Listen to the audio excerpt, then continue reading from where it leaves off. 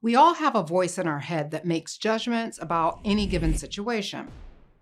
Sometimes the judgment is helpful because it helps us escape harm or avoid mistakes.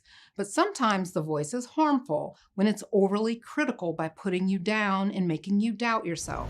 That's what I'm talking about today. 7 signs that your inner critic is too harsh and making you feel hostile toward yourself. I'm Dr. Tracey Marks, a psychiatrist, and I make mental health education videos. Number 1, you're never satisfied with your work. You have a perfectionistic tendency and you set unrealistic goals. When you're working on something, you may find yourself saying, "Is that it? Are you really done with this?" No matter how hard you try, you can't seem to be content with your work. You're always finding faults and ways to improve, which can lead to feeling like you're never good enough. Number 2, you dwell on your mistakes. Everyone makes mistakes, but when you're too self-critical, you dwell on them long after they've happened. You might even beat yourself up over small slip-ups that don't really matter in the grand scheme of things. Number 3, you spend a lot of time comparing yourself to others. When you're too self-critical, you often find yourself comparing your own work or abilities to others. Even if the person to whom you're comparing yourself to hasn't even achieved as much as you have, you still find a reason why they're at an advantage over you.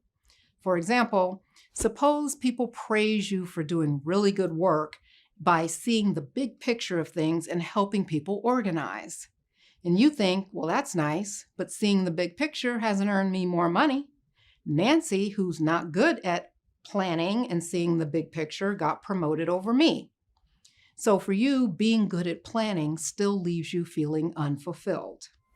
Number 4, you blame yourself for all the negative things that happen around you.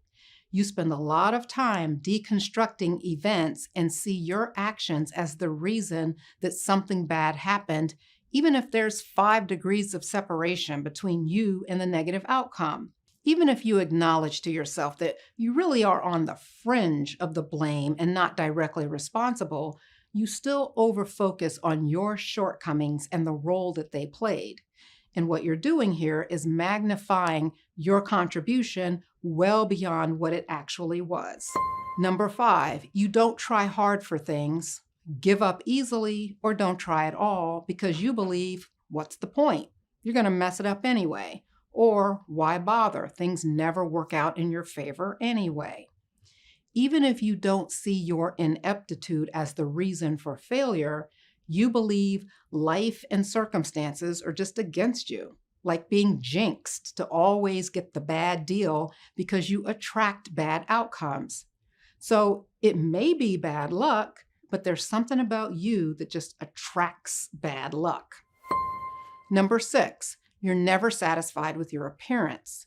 You may have a hard time seeing yourself as desirable. You wished you looked differently or spoke differently, and these feelings affect your confidence around others. It could also affect your relationships if you project these thoughts and feelings onto other people. Projection is an unconscious process where you attribute your own thoughts to someone else. I say that you don't like me and think I'm unattractive.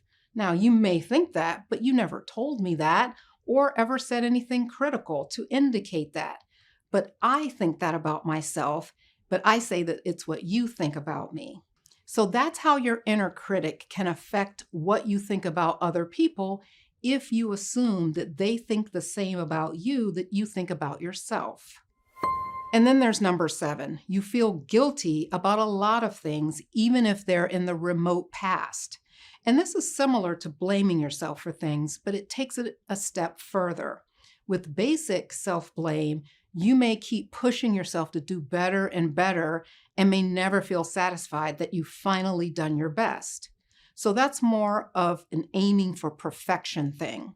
But with guilt, you can't forgive yourself for decisions that you made or things that you said that may or may not have resulted in a negative outcome. Here's an example. This is not real. John proposes to me after graduation. John wants to get married and immediately have children. I turned down John's proposal because I want to travel the world before I settle down with a family. I take a job in Europe, and that's the end of the relationship with John. I become very successful in my career and don't get too serious with relationships because I want to get back to the United States eventually, and I don't want another John situation where I'm ready to go home, but my Italian stallion doesn't want to follow me back to the States. I make it back to the US as a single woman in my late 30s and can't find a life partner. I spend a decade blaming and eventually hating myself for all the decisions I made along the way to put my career first over relationships. Now, that's a long example, and anyone can be disappointed by those same set of circumstances. But the difference is in my level of acceptance and self-compassion. It's one thing to be disappointed at the life milestones that I missed out on and have regrets, but it's another thing to internalize the blame to the extent that I'm overloaded with guilt, shame, and self-loathing. Stay tuned for part 2 of this topic of confronting your inner critic. It will publish next week, and when it's out, I'll have it linked in this video and it'll appear right here. Thanks for watching. See you next time.